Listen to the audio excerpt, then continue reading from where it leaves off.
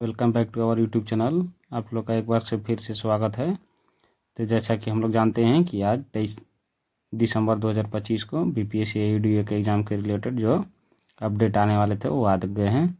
हमारा बीपीएससी एईडीए का एग्ज़ाम जो होने वाला है 10 जनवरी से लेकर 16 जनवरी के बीच होने की संभावना है, या बोले तो ये डेट आ गई है। इसी डेट में हमारा एग्ज़ाम होगा, जो राज्य के विभिन्न क्षेत्रों में अलग अलग ज़िलों में आयोजित की जाएगी। देखने की बात यह है कि जो 2 दिन के एग्ज़ाम होने वाले हैं, जो पहला दिन होगा जनरल स्टडीज या जनरल एप्टीट्यूड, दूसरे दिन होगा भाषा का। तो उसमें देखते हैं कि सेंटर हमारा जो है बच्चों का कितने दूर दूर भेजता है, क्योंकि रहने की व्यवस्था जो है बिहार में काफ़ी मुश्किल हो जाती है। कहीं भी एक सेम डिस्ट्रिक्ट में देता है एग्ज़ाम तो काफ़ी अच्छा रहेगा बच्चों के लिए। यदि दूर दूर भेजता है तो ये काफ़ी मुश्किल भरा हो सकता है बच्चों को। चलिए अब देर न करते हुए हम लोग जो टॉपिक पढ़ रहे थे उससे आगे का पढ़ेंगे। इससे पहले हम लोगों ने बिहार स्टैटिक्स के जो क्वेश्चन पढ़ रहे थे, जो स्टैटिक्स के पोर्शन पढ़े हैं उसमें था 6ठी शताब्दी ईसा पूर्व में बिहार, जिसमें महाजनपद को पढ़े थे। उसके बाद बौद्ध धर्म, जैन धर्म, इसके अलावा जो है मौर्य काल और मौर्येतर चीज़ें पढ़ चुके थे। यानी मौर्य काल के जो ऐतिहासिक विषय थे वो पढ़े थे। मौर्यों के बाद के इतिहास को पढ़ लिया था। अब हमारा आता है इसके बाद मध्यकालीन बिहार और या इसके इतिहास के बारे में। तो मध्यकालीन इतिहास की बात की जाए तो बिहार जो रहा है मध्यकाल में मुख्यतः 3 जो राजवंश हैं उसका प्रभाव क्षेत्र रहता है। उसके बाद जो है आक्रामकताओं का जो समय आता है, विदेशी आक्रमण होते हैं, युद्ध होते हैं, उसके बाद मुस्लिम शासन की स्थापना होती है। तो इस तरह से देख सकते हैं कि बिहार का जो भी मध्यकालीन इतिहास है धीरे धीरे जो है दिल्ली सल्तनत के अधीन आ जाती है। दिल्ली सल्तनत के बाद में ये धीरे धीरे जैसे मुग़ल को आती है, मुग़लों के बाद में ये ब्रिटिश के अधीन हमारी पूरी तरह से बिहार आ जाती है। तो हम लोग की इसमें केवल मध्यकालीन बिहार के बारे में पढ़नी है। तो हम लोग केवल मध्यकाल में पाल वंश, सेन वंश और कर्नाट वंश से लेकर बिहार में दिल्ली सल्तनत का जो हिस्सा रहता है, उसके बाद जो मुग़ल आक्रांता रहते हैं उनका जो आधिपत्य रहता है वो इन्हीं के बारे में मैक्सिमम हम लोग को पढ़ना है। तो इसमें जो पहला आता है हम लोग का शुरुआती राजवंश जो है पाल, उसके बाद सेन वंश आता है, उसके बाद कर्नाट वंश। 3 दिनों की बात की जाए तो इस काल में जो है पाल वंश का जो शासन है 750 ईस्वी से चालू होता है और लगभग कर्नाट वंश जो है 14वीं शताब्दी तक चलता है। इसमें अगर देखें तो पाल वंशों में जो है मैक्सिमम जो है 4 राजा होते हैं जो काफ़ी महत्वपूर्ण हो जाते हैं।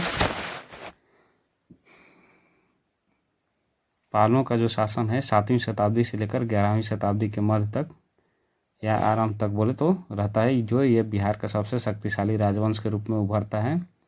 पाल वंश के बाद में सेन वंश और सेन वंश के बाद में कर्नाट वंश का प्रभुत्व बिहार के क्षेत्र पर होता है। उसके बाद जो है एक छोटी सी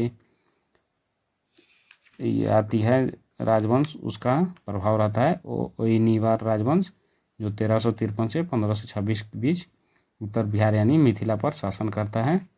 तो एक एक करके हम लोग धीरे धीरे सारे जो राजवंश हैं उसके बारे में पढ़ेंगे। एक ओवरव्यू देख लिया हम लोगों ने कि बिहार का मध्यकालीन इतिहास कितने क्षेत्रों में आता है या कितने टाइम पीरियड से कितने टाइम पीरियड के बीच में आता है। ठीक है, तो पाल वंश से लेकर 1574 में जब अकबर के द्वारा बिहार पर आक्रमण किया जाता है तो उस समय के काल तक के बीच में हम लोग को इस इतिहास को पढ़ना है। तो देखें तो पाल वंश में जो है, अच्छा उससे पहले हम लोग इसके जो स्रोत हैं उनके बारे में पढ़ लेते हैं कि मध्यकालीन इतिहास जो है उनके बारे में हमारे कौन कौन से स्रोत हैं, जो साहित्यिक ग्रंथ है या पुरातात्विक खोज है या किसी ऐसे अवशेष हैं जिनके माध्यम से हम लोग को यह जानकारी होती है कि बिहार में कौन कौन से शासकों का शासन रहा है, कौन कौन से राजवंशों का शासन रहा है। तो उसमें से पहला आता है पुरातात्विक स्रोत, जिसमें सिक्के आते हैं। इसमें सिक्कों की बात की जाए तो लखीसराय जिले के जयनगर में जो अलाउद्दीन खिलजी के कुछ सिक्के प्राप्त होते हैं। उसके बाद जो बाजीराव शिंदे होता है उसके 2 तांबे के सिक्के हमारे क्षेत्र में प्राप्त होते हैं, जो मराठाओं की मजबूत स्थिति को दिखाता है। इसके बाद में दरभंगा में जामा मस्जिद की दीवार पर जो मिले हैं 1326 ईस्वी में अरबी शिलालेख। उसके अलावा जो दरभंगा में एक टकसाल स्थापित किया जाता है, इसके कारण से दरभंगा को एक टकसाल शहर भी बोला जाता है, जिसका नाम इकलिमुल तुगलकपुर उर्फ तिरहुत रखा जाता है। नेक्स्ट, यह शिलालेख जो है मोहम्मद बिन तुगलक से संबंधित रहता है। अकबर ने पटना, अजीमाबाद और राजमहल में टकसालों का भी निर्माण करवाया था, जहाँ 1580 ईस्वी के बाद जो सिक्के निर्मित किए गए। पुरातात्विक स्रोतों की बात की जाए तो जिसमें अभिलेख हैं जो मध्यकालीन बिहार के अभिलेखों को दो श्रेणियों में वर्गीकृत करता है। पहला अरबी और फारसी, और दूसरा होता है गैर फारसी। तो अरबी फारसी में देखें तो शिलालेख जो है मस्जिदों, मकबरों और इमाम बाड़ों के आदि दीवारों पर पाए गए हैं। इसके अलावा जो है अधिकांशतः जो है शिलालेख पटना, बिहार शरीफ, सासाराम और राजमहल के क्षेत्रों में देखे गए हैं। शेर शाह का जो शिलालेख है ये 1545 ईस्वी से संबंधित दिखाता है, जो सासाराम में अवस्थित है। अब बिहार में और मुस्लिम शासन के विस्तार का प्रकाश डालने वाला जो है मोहम्मद इब्न यूसुफ का बेदुबिन शिलालेख जो है, इससे हम लोगों की बिहार के मध्यकालीन इतिहास के बारे में जानकारी प्राप्त होती है। गैर फारसी अभिलेखों की बात की जाए तो पाल वंश के पतन के बाद जो नए साम्राज्य का उद्भव होता है, उसमें बलाल सेन का सनोखर शिलालेख, अग्रवाल वंश का मनेर ताम्रपत्र अभिलेख, सिमराव स्तंभ शिलालेख और अंधारा ठाठी शिलालेख। इसके अलावा कर्नाटक के प्रतापमल शिलालेख का हम लोगों को इससे देखने के बाद ये जो बिहार के मध्यकालीन इतिहास के बारे में इन सब शिलालेखों, सिक्कों और अभिलेखों से हमें प्राप्त होता है। पुरातात्विक स्रोतों से बात करें तो स्मारक जो है उसके द्वारा हम लोगों को प्राप्त होती है। जो आज के स्मारक उनको ASI के द्वारा संरक्षित किया जाता है, जिसमें राष्ट्रीय महत्व के 70 स्मारक जो हैं इनको महत्व दी गई है या मान्यता दी गई है ASI के द्वारा, जिसमें सामाजिक, धार्मिक और आर्थिक स्थितियों की जानकारी हमारे पुरातात्विक स्रोतों से प्राप्त होती है। नेक्स्ट है ये कौन कौन से स्थान से प्राप्त हुए हैं, तो रानी का महल और मलिक इब्राहिम बयां का मकबरा जो है बिहार शरीफ जो नालंदा जिला में है। इसके अलावा शाह मखदूम दौलत मनेरी और इब्राहिम खां का मकबरा जो है मनेर से प्राप्त होता है। इसके अलावा जो है शेर शाह सूरी का मकबरा सासाराम रोहतास से, रोहतासगढ़ किला रोहतास से। बख्तियार खान का मकबरा जो है मलिक सराय कैमूर से प्राप्त होता है। अशोक का 3 शिलालेख जो है सासाराम से प्राप्त होता है। लिटरेरी सोर्सों की बात की जाए तो साहित्यिक स्रोतों में कौन कौन सा ऐसा स्रोत है जिससे हमें मध्यकालीन इतिहास के बारे में जानकारी प्राप्त होती है, तो ये है तबकात-ए-नासिरी जो मिनहाज उल सिराज के द्वारा लिखी गई है। इसके अलावा बात की जाए तो तुर्की भाषा में जो रचित है तुजुके बाबरी, ये बाबर की जीवनी है। इसके द्वारा बिहार में मध्यकालीन में ये जो है मुगलों के शासन के बारे में पता चलता है। अबू फजल द्वारा रचित अकबरनामा में भी बिहार के क्षेत्र में जो उनके आधिपत्य के बारे में पता चलता है। अब्बास खां शेरवानी द्वारा रचित तारीख-ए-शेरशाही जो शेरशाह का जीवनी है, इसके बारे से पता चलता है। जियाउद्दीन बर्नी द्वारा रचित तारीख-ए-फिरोजशाही, इसके द्वारा भी बिहार के मध्यकालीन इतिहास के बारे में पता चलता है। गुलाम हुसैन सलीम द्वारा रचित रियाज उस सलातिन के द्वारा भी हमारे बिहार के मध्यकालीन इतिहास के बारे में पता चलती है। ये जो सामग्रियाँ हैं ये साहित्यिक स्रोत हैं, जैसे तबकात-ए-नासिरी, तुजुक बाबरी, अकबरनामा, तारीख-ए-शेरशाही, तारीख-ए-फिरोजशाही, उसके अलावा रियाज उस सलातिन, ये जो हैं साहित्यिक स्रोत हैं जिनके माध्यम से हम लोग बिहार के मध्यकालीन इतिहास के बारे में जान पाते हैं। नेक्स्ट, बिहार के मध्यकालीन भाग का प्रारंभिक चरण कौन से स्टार्ट होता है, तो ये पहला चालू होता है पाल वंश से। ये जो 7वीं शताब्दी में स्टार्ट होता है पाल वंश, और ये सबसे ज़्यादा जो बिहार पर राज करने वाला राजवंश बनता है। इसकी बात करें तो ये 750 ईस्वी से लेकर 11वीं शताब्दी के आराम तक यानी 1023 ईस्वी तक ये चलता है। जो पहली बार इसकी स्थापना गोपाल के द्वारा की जाती है, और लास्ट शासक जो होता है महिपाल प्रथम इसका अंतिम शासक होता है। इसके साथ ही ये पाल वंश की समाप्ति हो जाती है। पाल वंश के शासकों की बात की जाए तो ये बौद्ध धर्म के अनुयायी होते हैं, जिसमें ये हिंदू धर्म और पारंपरिक बौद्ध मतों को भी सम्मान करते हैं, जिसमें ये तिब्बत और के साथ चीन, दक्षिण पूर्व एशिया में भी राजनीतिक, धार्मिक और व्यवहारिक सांस्कृतिक संबंध बनाए रखते हैं।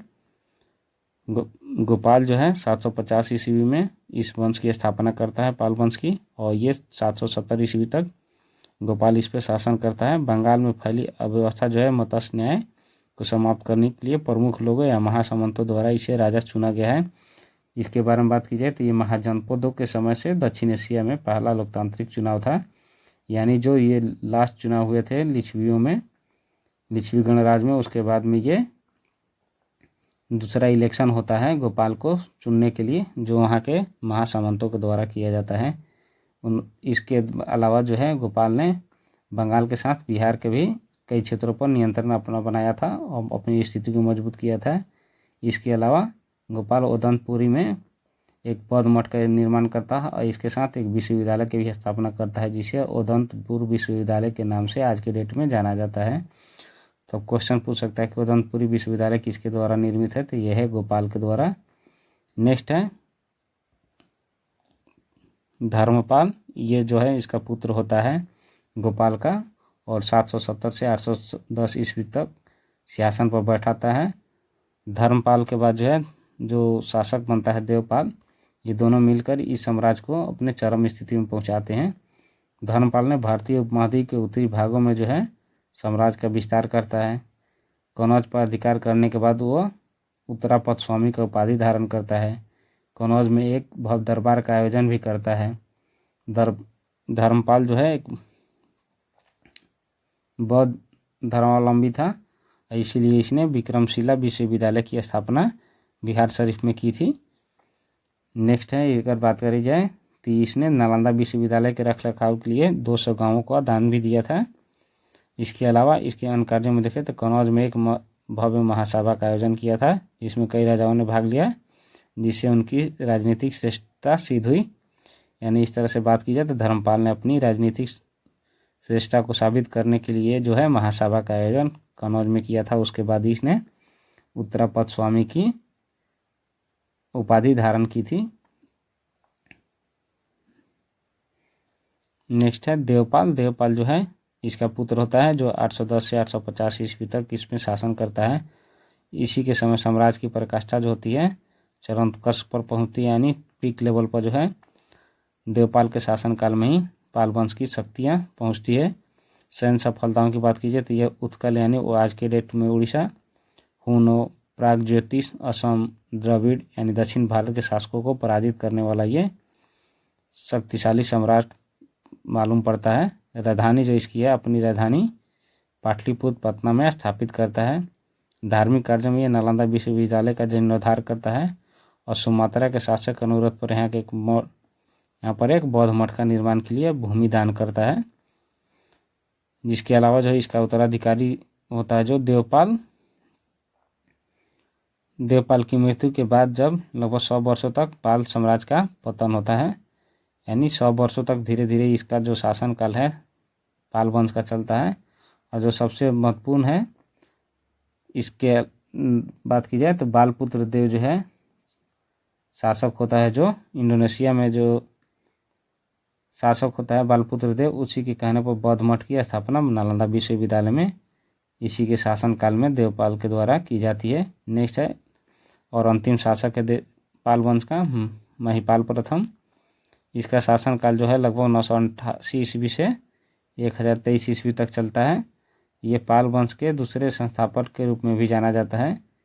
महिपाल प्रथम जो है शासन काल में 11वीं शताब्दी में चोल वंश के दक्षिण भारतीय सम्राट जो राजेंद्र चोल प्रथम था, जब बिहार और बंगाल पर आक्रमण किया था तो उस समय इसका शासन महिपाल प्रथम का ही बिहार पर था। और 1023 ईस्वी में महिपाल ने चोल वंश के राजा राजेंद्र चोल के साथ युद्ध किया, जिसमें वह पराजित हुआ। इसके बाद इस वंश की समाप्ति हो गई। महिपाल प्रथम की मृत्यु उसी वर्ष हुई जिस साल पाल वंश का अंत हुआ। इसके साथ ही इस क्षेत्र में सेन वंश का उदय धीरे धीरे देखने को मिलता है। बिहार में सेन वंश की बात की जाए तो इसका जो प्रारंभिक चरण स्टार्ट होता है 11वीं शताब्दी से स्टार्ट होता है। अब बिहार में पाल वंश की समाप्ति के बाद इसकी जो स्थापना है सामंत सेन के द्वारा की जाती है, जिसमें गलत लिख दिया विजय सेन, 11वीं मध्य में सामंत सेन ने किया था इसका, और उसके बाद विजय सेन ने इसकी शासन पे, सामंत सेन के बाद ये विजय सेन इसका शासक बना था। इसके बाद जो है बलाल सेन इसका शासक बना था, जो काफ़ी ही निर्बल प्रतीत हुआ था। विजय सेन जो था एक महान विद्वान था, उसने दान सागर अद्भुत सागर नाम की पुस्तक की रचना की थी। इसने कुलीन प्रथा नामक एक सामाजिक आंदोलन शुरू किया था, जिसके द्वारा जो है जन्म की कुलीनता और रक्त की शुद्धता के आधार पर सावधानी पूर्वक से संरक्षित करना इसका अपना कर्तव्य समझता था। यानी जो कुलीनता थी, रक्त की शुद्धता, उस पर ये इसका फोकस रहता था। इसके समय में आंतरिक विद्रोह और बख्तियार खिलजी के आक्रमण के कारण जो है सेन राजवंश धीरे धीरे कमज़ोर पड़ता गया। इसके अलावा जो है इसके बाद जो शासक बनता है लक्ष्मण सेन, इस राजवंश का अंतिम महत्वपूर्ण शासक होता है। ये इतना कमज़ोर दिल का था कि जैसे ही इस पर पता चलता है कि बख्तियार खिलजी ने आक्रमण किया है, तो ये अपनी राजधानी छोड़कर पूर्वी बंगाल के यानी विक्रमपुर में शरण ले लेता है। इसके अलावा जो है इसी के समय गीत गोविंद के लेखक जो है जयदेव, भाषाविद हलायुध, पांडुतम के लेखक धोई जैसे व्यक्तित्व भी इसके दरबार में शोभा बढ़ाते थे। यानी ये इस तरह के शासकों में था जिसके काल में साहित्यिक चीज़ों की बहुत बढ़ोतरी हुई थी, लेकिन ये कमज़ोर दिल का शासक था। ये जैसे ही 1199 बख्तियार खिलजी इस पर आक्रमण करता है, तो ये अपना क्षेत्र छोड़कर ये भाग जाता है। नेक्स्ट है कर्नाट वंश। कर्नाट वंश का शासनकाल जो है बिहार में मिथिला क्षेत्र में देखने को मिलता है। इसका जो शासनकाल है कर्नाट वंश का 1097 ईस्वी से 1324 ईस्वी के बीच में होता है। इसकी स्थापना जो है नान्यदेव के द्वारा की जाती है। इसके बाद जो है शासक जो है ये नान्यदेव जो था संगीत का महान संरक्षक के रूप में जाना जाता है। इसने विभिन्न रागों का विश्लेषण किया और उनका जो है संगीत पर एक ग्रंथ भी लिखा है। कर्नाट वंश की जो राजधानी थी वो सिमरावगढ़ को बनाया, जो मिथिला क्षेत्र में एक दुर्ग था और उसके दरबार की शोभा बढ़ाता था।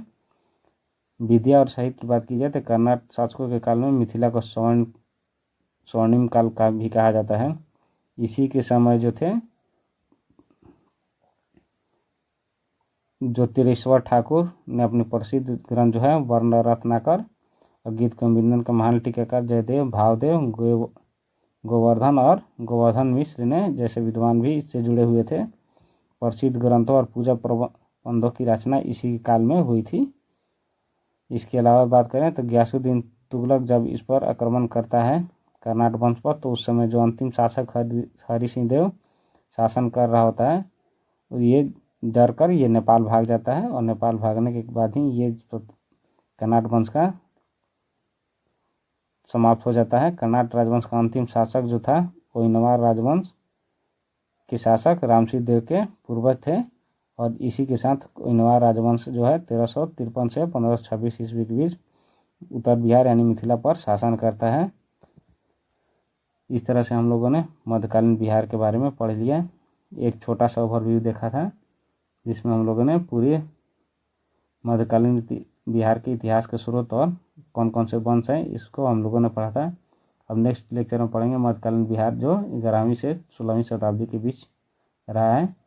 तब तक के लिए अगर आप लोगों ने यहाँ तक चैनल देख लिया है वीडियो, तो आप चैनल को लाइक, सब्सक्राइब और शेयर कर दें दोस्तों में, ताकि उनको भी नोटिफिकेशन मिले।